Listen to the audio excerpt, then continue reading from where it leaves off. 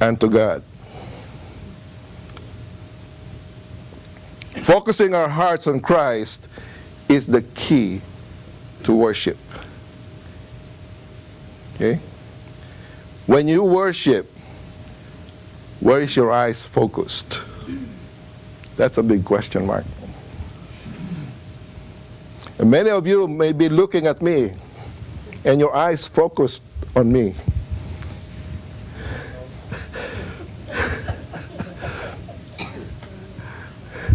But did you know that I, for one, can open my eyes widely and still be asleep?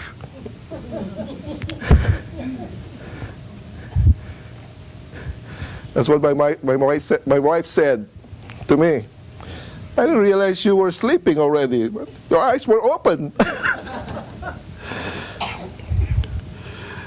But you see, the focus of our worship should be God. And sometimes we minimize God. Instead of magnifying Him, we minimize Him by when we trivialize the worship of others rather than express our worship ourselves. We trivialize or minimize God when we seek to attract people. Okay? There are some churches, they have this program of attracting people to come to their church rather than be concerned about attracting God's presence in their midst. We trivialize God when we esteem our importance as more valuable than His presence. And we minimize God when we no longer stand in awe of His glory because we think we comprehend all there is to know about God. And we minimize God when our greatest concern is making people comfortable and happy when we worship. So the real question is not what we do, it's not what do we think of God, but it is what God thinks of us. I don't know if you're a fan of the NBA basketball, but a few years ago, the Dallas Mavericks basketball team won the NBA title, national championships. And then a few days later, there was a celebration in the same home arena to honor the team. I've seen this on TV. They televised this. The audience cheered wildly for each player when he was introduced. So one by one, the player was introduced and everybody was cheering. The fans carried banners. They even painted their faces. And they probably wore their t-shirts, blue and white, colored. And they tried to get autographs. Not one fan walked away saying, the event was so dull. It did nothing for me.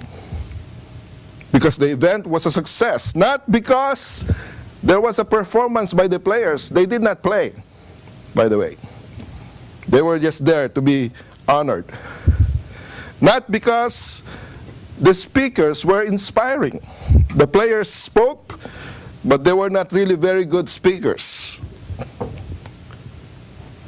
But because everyone understood the reason why they were there. The purpose was not to please the fans, but to honor the team. People walked away saying, that was great. I hope the team understands how much we appreciate them. That's how they honored when that team, Dallas Mavericks, won. And in a similar way, authentic worship is our attempt to communicate how much we admire, adore, and appreciate Jesus Christ. That's authentic worship. But then we must also realize that our life's purpose is to reflect Christ. That's the second point in my sermon. To reflect Christ. In verse 18, it continued to say, beholding as a mirror. What does mirror do? Of course we know, some of us have mirrors in our purses, mirrors in the bathroom. Is to reflect. Reflect your image. Or reflect some other person's image. And the verse is telling us that we are supposed to reflect Christ. We look closely, examine carefully the glory we see through Jesus Christ. And once you have accepted Jesus Christ, you've seen the glory of God through Christ. It is not something that passes away or fades away. Okay? Because during the time of Moses, after he spent time with God, his face was shining, and then after a few days, it faded away. And it's gone. But when Jesus enters your life, and you experience Jesus Christ in your life, Jesus says, I will come into you and stay with you forever. I will never leave you nor forsake you. Did you realize that? You might feel that he is not there, but he promised he will stay there in you forever. That's why he can promise eternal life. Nobody can promise eternal life.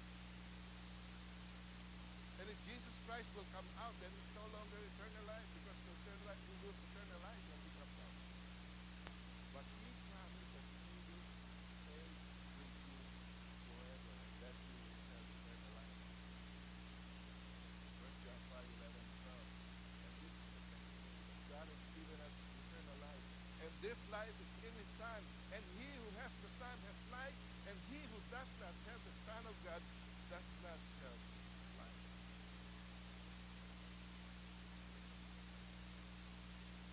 And so when Christ is in our hearts, we see it, we reflect it as a mirror of God's image.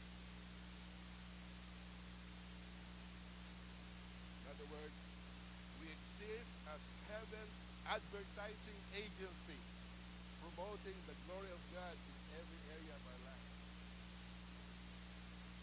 You know what advertising agency is? Let me give you a test. How well do you know these people or these organizations? Jack, Tinker, and Partners. What? About Doyle, Dane, Bernbach. You know him?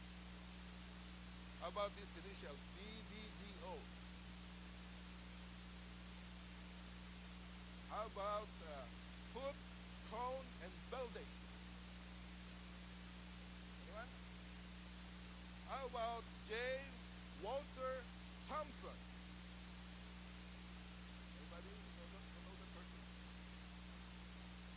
Well, chances are you don't know any one of those, because they are advertising companies.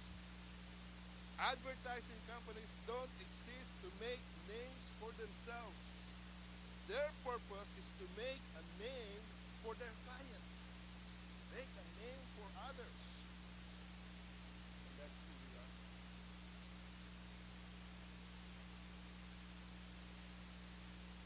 Alka-Seltzer, one of these companies, was the advertising of Alka-Seltzer since 1976. Another company, they advertised Avis rent-a-car since 1960. Another company was the advertiser of Bush. You know all these products, you know all of this.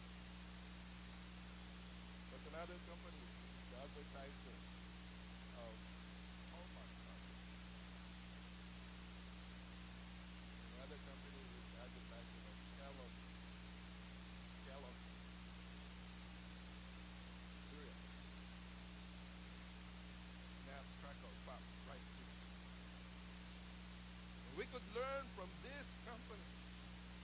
what they do for their clients, we should do for Jesus Christ.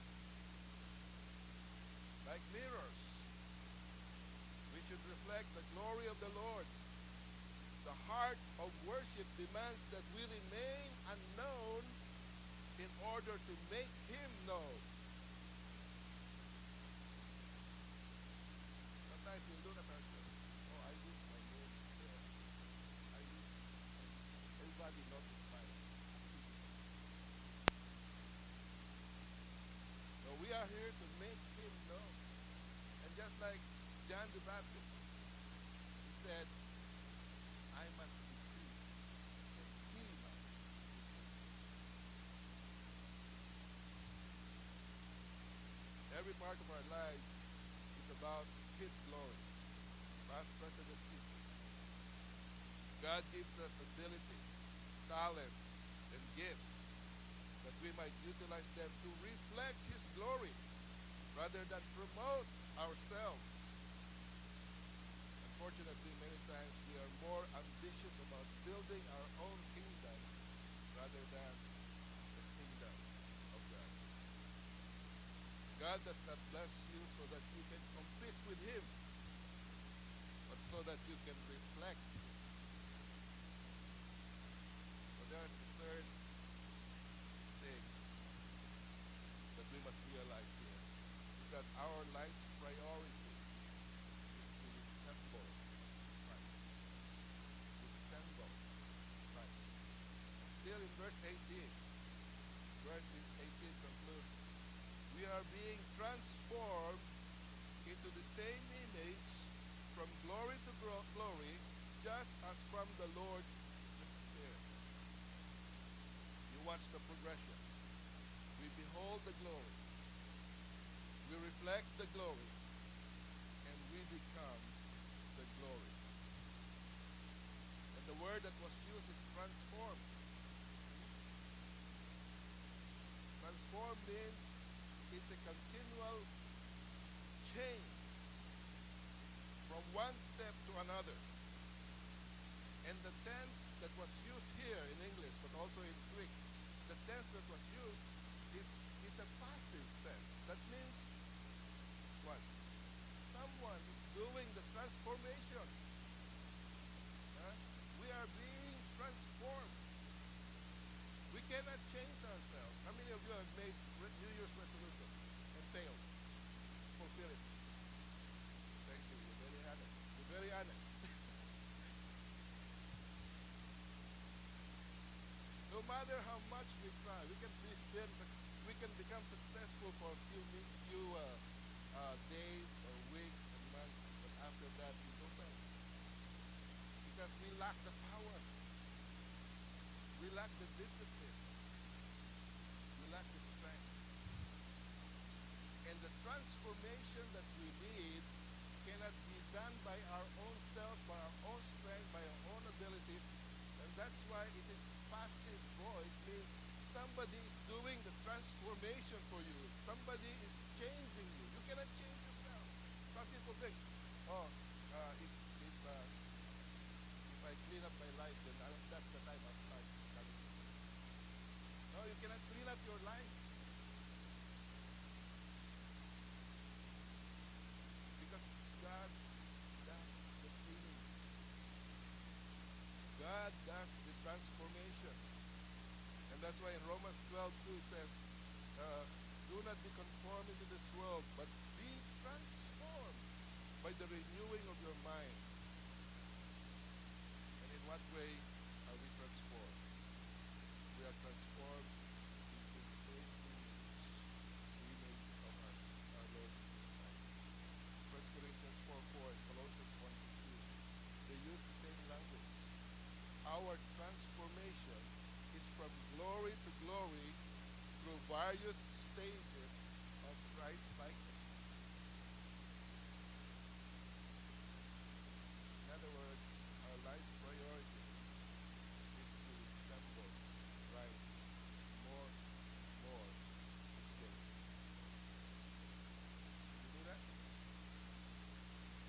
Our life's priority is to resemble Christ more and more each day.